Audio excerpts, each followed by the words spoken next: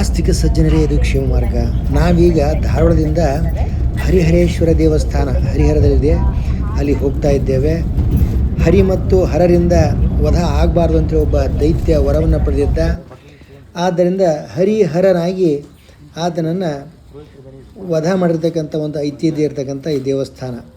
ಇಲ್ಲಿ ಈ ದೇವಸ್ಥಾನದಲ್ಲಿ ಇದು ತುಂಗಭದ್ರಾ ನದಿ ದಂಡೆಯಲ್ಲಿದ್ದು ಇದು ಪವಿತ್ರ ಕ್ಷೇತ್ರವಾಗಿದ್ದರಿಂದ ಇಲ್ಲಿ ಶ್ರಾದ್ದಾದಿ ಅಪರಕರ್ಮಗಳನ್ನು ಮಾಡಿಕೊಡಲಾಗುತ್ತದೆ. ಇಲ್ಲಿ ಅಂತ್ಯಕ್ರಿಯೆ ಮತ್ತು ಔರ್ಧ್ವ ದೈಹಿಕ ಕ್ರಿಯೆಗಳನ್ನು ಮಾಡುವುದರಿಂದ ಮೃತನಿಗೆ ಸದ್ಗತಿ ಪ್ರಾಪ್ತವಾಗುತ್ತದೆ ಅಂತಕ್ಕಂಥದ್ದು ಸಾಧಿತವಾಗಿದೆ. ಇದು ಹರಿಹರೇಶ್ವರ ದೇವಸ್ಥಾನದ ಪ್ರವೇಶ ದ್ವಾರ. ಈ ದೇಗುಲವನ್ನು ಕ್ರಿಸ್ತಶಕ 1224ರಲ್ಲಿ ಹೊಯ್ಸಳ ಸೇನಾದಂಡ ನಾಯಕನಾದ ಮುಳಾಲವನು ಕಟ್ಟಿಸಿದ ಅಂಥೇಳಿ ಇತಿಹಾಸಕಾರರ ಅಂಬೋಣ. ಈ ದೇವಾಲಯದ ಸಭಾಮಂಟಪದಲ್ಲಿ 56 ನುಣುಪಾದಂಥ ಕಂಬಗಳಿವೆ. ಅವನು ನೋಡಲಿಕ್ಕೆ ಬಹಳ ಆನಂದ ಆಗ್ತದೆ. ಅದನ್ನು ಯಾವ ರೀತಿ ಕೈಯಿಂದ ಅದನ್ನು ಕೆತ್ತನೆ ಮಾಡಿರ್ತಕ್ಕಂಥದ್ದು ಅನ್ನೋದು ಊಹಿಸಲಿಕ್ಕೆ ಅಸಾಧ್ಯ. ಇಲ್ಲಿಯ ಕುಶಲ ಇದು ನೋಡಿ, ಈಗೆಲ್ಲ ಮೋಲ್ಡ್ ನೋಡ್ತಾರೆ ಇವಾಗ, ಫ್ಯಾಕ್ಟ್ರಿ ಮೋಲ್ಡ್. ಹೀಗಾಗಿ ಕಲ್ಲಿನೊಳಗೆ ಈ ರೀತಿ ಕೆತ್ತನೆ ಮಾಡಿದ್ದು ಯಾರಿಗೂ ಆಶ್ಚರ್ಯ ಅಂತ ಅನಿಸೋದಿಲ್ಲ, ಆ ಕಡೆ ಲಕ್ಷಣ ಕೊಡೋದಿಲ್ಲ. ಎಷ್ಟೋ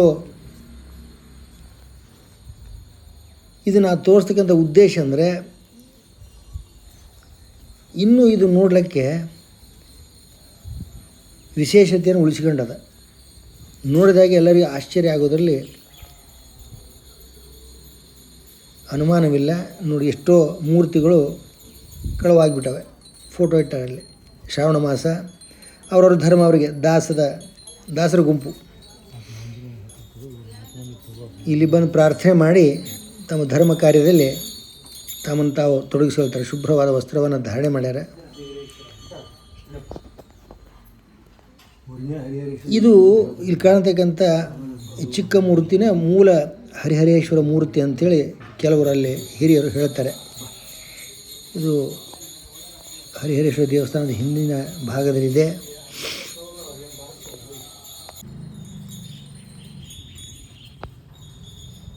ಇಲ್ಲಿ ಲಕ್ಷ್ಮೀದೇವಿ ದೇವಸ್ಥಾನ, ಇದು ಅಲಂಕೃತರಾಗಿದ್ದಾಳೆ. ಇವತ್ತು ವಿಶ್ವಾವಸುನಾಮ ಸಂವತ್ಸರ ಉತ್ತರಾಯಣ ವರ್ಷಾ ಋತು ಶ್ರಾವಣ ಮಾಸ ಶುಕ್ಲಪಕ್ಷ ಏಕಾದಶಿ ತಿಥಿ, ದಿನಾಂಕ 5/8/2025.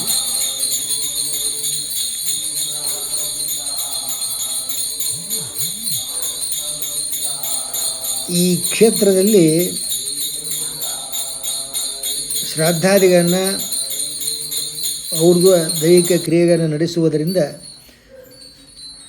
ಎಷ್ಟೋ ಜನಗಳಿಗೆ ಉತ್ತಮವಾದಂಥ ಲೋಕ ಪ್ರಾಪ್ತವಾದ ಬಗ್ಗೆ ಅಲ್ಲಿ ಅನೇಕ ಕಥೆಗಳಿವೆ. ತಾವೆಲ್ಲ ಅಲ್ಲಿ ಹೋದಾಗ ಅದನ್ನು ತಿಳ್ಕೊಳ್ತಕ್ಕಂಥ ಪ್ರಯತ್ನ ಮಾಡಬೇಕು ಅನ್ನೋದು ಕ್ಷೇಮ ಮಾರ್ಗದ ಅಭಿಲಾಷೆ.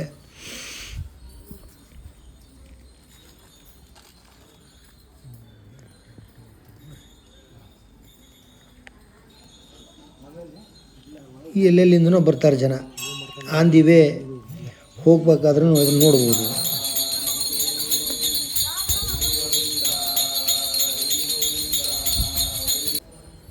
ಈ ಹರಿಹರದಿಂದ ಕೇವಲ 18 ಕಿಲೋಮೀಟರ್ ದಾವಣಗೆರೆ.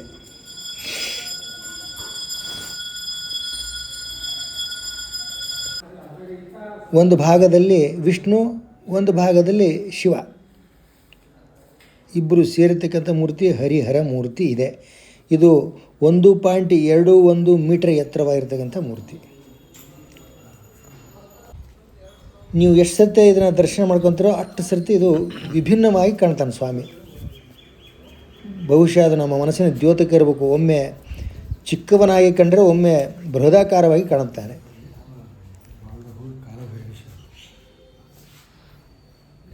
ಗಜ ಲಕ್ಷ್ಮಿಯ ಚಿತ್ರವನ್ನು ಕೆತ್ತನೆ ಮಾಡಲಾಗಿದೆ.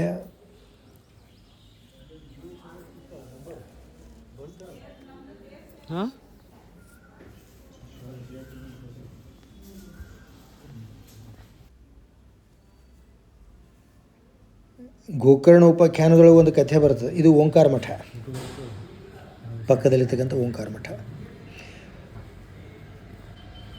ಇಲ್ಲಿ ಬ್ರಾಹ್ಮಣರ ಸಂಘದಿಂದ ವರ್ಷಕ್ಕೊಮ್ಮೆ ಉಚಿತವಾಗಿ ಉಪನಯನವನ್ನು ನಡೆಸಿಕೊಡಲಾಗುತ್ತದೆ. ಆ ಸಮಯವನ್ನು ತಿಳ್ಕೊಂಡು ನಾವು ಹೋಗಿ ಅಲ್ಲಿ ಉಚಿತವಾಗಿ ನಮ್ಮ ಮಕ್ಕಳ ಉಪನಯನವನ್ನು ಮಾಡಿಸ್ಕೊಂಡು ಬರಬಹುದು. ನಾವೇನು ಒಯ್ಯೋದು ಬೇಕಾಗಿಲ್ಲ. ಅವರೇ ಎಲ್ಲವನ್ನು ಕೊಟ್ಟು ನಮಗೆ ಅನ್ನಸಂತರ್ಪಣೆಯನ್ನು ಮಾಡಿಸಿ ಉಪನಯನವನ್ನು ಮಾಡಿಸ್ಕೊಡ್ತಾರೆ. ದೊಡ್ಡ ಸಭಾಭವನ ಇದು ಅತ್ಯಂತ ಶ್ಲಾಘನೀಯ ಕಾರ್ಯ.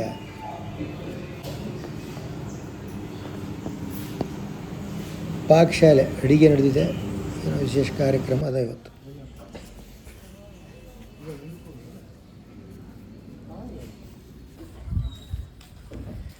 ಇಲ್ಲಿ ಮುಖ್ಯ ಬೀದಿಯಲ್ಲಿ ಇತ್ತೀಚೆಗೆ ಶ್ರೀ ಹರಿಹರೇಶ್ವರ ಸಭಾಭವನ ಅಂತಕ್ಕಂಥ ವಿಶಾಲವಾದಂಥ ದೊಡ್ಡ ಸಭಾಭವನ ನಿರ್ಮಾಣ ಮಾಡಲಾಗಿದೆ.